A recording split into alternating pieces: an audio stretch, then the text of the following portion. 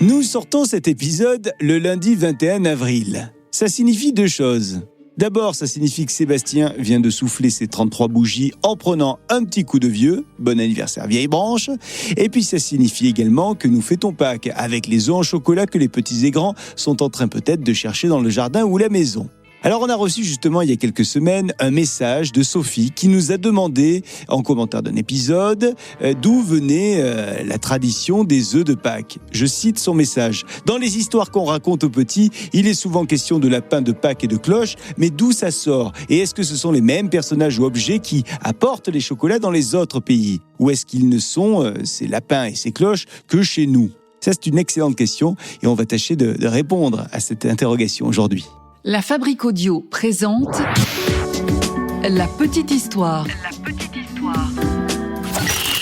www.lafabriqueaudio.com. Salut tout le monde et bienvenue dans un nouvel épisode de La Petite Histoire. Je suis Florent Mounier et c'est moi qui vais vous narrer cet épisode qui a été écrit et mixé par Sébastien Girard. Avant de commencer, on vous remercie pour vos nombreux commentaires, notamment les commentaires sur l'épisode spécial autour du témoignage de Lila, fille de Harki, qui a vécu dans les camps de Harki en France. On voit que ce témoignage vous a beaucoup touché, donc merci pour vos retours. Et si vous souhaitez qu'on fasse plus d'épisodes dans le style de ce témoignage de Lila, n'hésitez pas à nous le dire.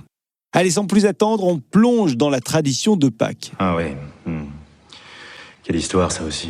Alors pour commencer, Pâques, c'est quoi? Hormis manger du chocolat jusqu'à plus en pouvoir. Alors avant d'être une fête chrétienne, faut savoir que Pâques avait des origines païennes. Pâques remonterait en effet à l'Antiquité et à l'époque, cette période, c'était l'occasion tout simplement de fêter le retour du printemps, le retour du beau temps et de la chaleur. L'œuf, quant à lui, s'est très vite retrouvé symbole de cette fête, puisque les œufs symbolisent la fécondité, la vie nouvelle donc, le renouveau ou encore la création. Un œuf décoré est donc une symbolique vieille comme le monde. On retrouve cette tradition dans beaucoup de livres mythologiques sur la création du monde. Et d'ailleurs, pour l'anecdote, l'œuf décoré le plus vieux qu'on ait retrouvé, c'est un œuf d'autruche, vieux de 60 000 ans. Et il a été découvert en Afrique australe. Alors, je vous le disais, Pâques, c'est avant tout une fête païenne, mais ensuite, la religion a réinterprété cette fête de Pâques. La fête qu'on connaît en France vient du christianisme. Et Pâques est d'ailleurs la première fête attestée au IIe siècle pour les chrétiens. Pâques commémore donc la résurrection de Jésus 3 jours après la Cène, qui est le jeudi saint, et cette fête prend ses racines dans le Pâques juif qui, lui, célèbre la sortie du peuple hébreu de l'Égypte. Ça, c'est pour la mise en contexte. Maintenant, on va se pencher sur la fameuse question: pourquoi les cloches, les lapins de Pâques, ainsi que les œufs en chocolat ?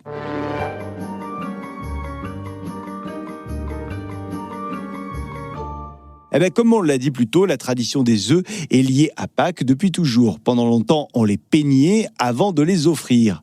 On a donc les œufs rouges qui remontent aux Perses et qu'on offrait en porte-bonheur. Plus tard, on a la technique des œufs peints, également appelée pissanka, une technique qui nous vient d'Europe de l'Est avec des motifs colorés sur les œufs et on se met même à utiliser de la teinture.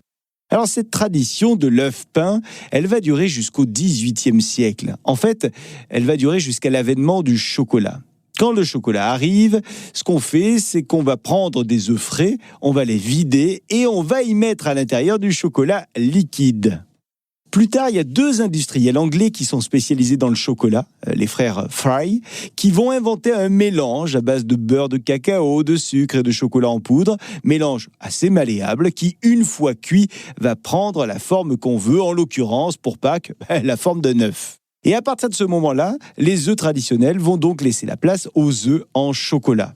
Avec le temps, on a ensuite vu apparaître des cloches en chocolat, des lapins en chocolat et toutes sortes de formes rigolotes en chocolat. Alors en France, celles qui nous apportent les chocolats traditionnellement, ce sont les cloches. Mais pourquoi des cloches nous apportent-elles des œufs en chocolat ? C'est pas très logique. Eh bien la raison, elle remonte au culte catholique. En effet, entre le jeudi saint et le jour de Pâques, le clocher de l'église ne sonne pas en signe de deuil pour la mort de Jésus.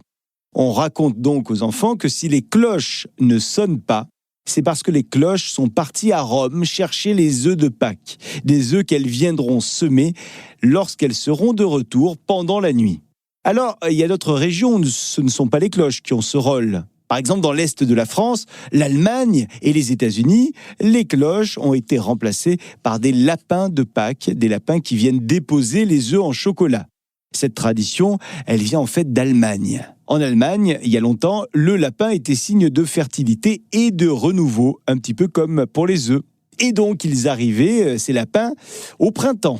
Le lièvre de Pâques serait lui aussi lié à une légende qui raconte qu'un jour, une femme décida de cacher des œufs décorés dans son jardin. Ses enfants, en cherchant les œufs, auraient aperçu un lièvre blanc qui passait par là, et c'est ça qui leur aurait fait penser que c'était le lièvre qui leur avait apporté ces cadeaux. C'est mignon comme histoire. Et cette tradition, elle s'est plus tard exportée aux États-Unis. Alors bien évidemment, les traditions de Pâques sont essentiellement en lien avec des pays aux origines catholiques. Pour raconter l'histoire de l'arrivée des œufs en chocolat, comme on l'a vu, certains pays utilisent donc les cloches, d'autres les lapins. Et puis d'autres, comme l'Australie, tentent de remplacer le lapin et les cloches par le bilby de Pâques. Le bilby, c'est un petit marsupial en voie de disparition et c'est lui qui apporterait les œufs en chocolat. En Pologne, on fête Pâques de manière assez sympa parce que le lundi de Pâques, on respecte une tradition qui s'appelle le Sigmus Dingus. Je suis désolé pour l'accent. En tout cas, le but de cette tradition est simple. On s'arrose d'eau avec de gigantesques batailles d'eau. L'eau dont la vocation est de faire fuir les mauvais esprits pour favoriser les récoltes. Il existe encore plein d'autres coutumes à travers le monde, comme en Finlande, où les enfants se déguisent en sorcières, un petit peu comme lorsqu'il y a Halloween, et ces enfants déguisés vont frapper de porte en porte pour récolter non pas des bonbons, mais des œufs en chocolat. En Russie, pendant ce temps-là, on décore encore les œufs avec de la peinture sur les œufs. Les vrais d'œufs, ceux des poules. Et on se retrouve autour d'un bon repas ensuite avec un dessert traditionnel, le kulish, qui est un gâteau à base de rhum et de safran. Miam miam. En Espagne aussi, on retrouve un gâteau pour Pâques.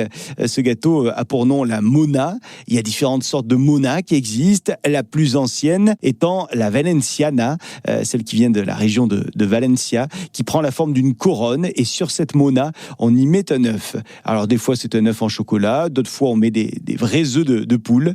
Une habitude populaire qui consiste d'ailleurs à commencer d'écailler l'œuf dur sur le front d'une autre personne.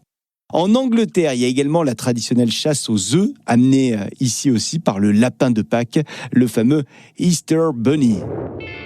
Bon ben voilà les amis, pour ce petit tour d'horizon, on a fait un petit peu le tour du monde pour Pâques et on a vu pourquoi les cloches et les lapins nous apportaient nos chocolats. J'espère que cet épisode vous a plu, j'espère que vous avez trouvé les œufs en chocolat pour ces fêtes de Pâques en famille ou entre amis. N'hésitez pas à partager cet épisode autour de vous et dites-nous en commentaire si chez vous c'est plutôt les cloches ou les lapins de Pâques qui passent, ou autres.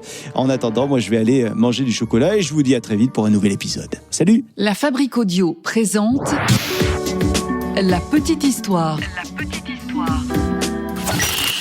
Vous souhaitez devenir sponsor de ce podcast ?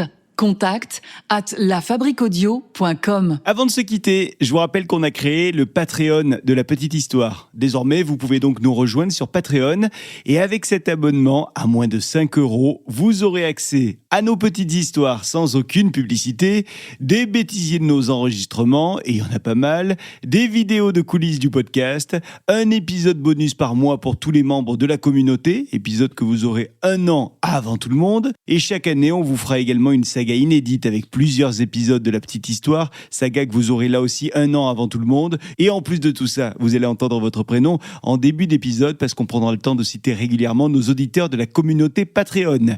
Donc si vous avez envie d'adhérer à la grande famille de La Petite Histoire, ça se passe sur Patreon et je vous laisse le lien dans la description de cet épisode. Salut!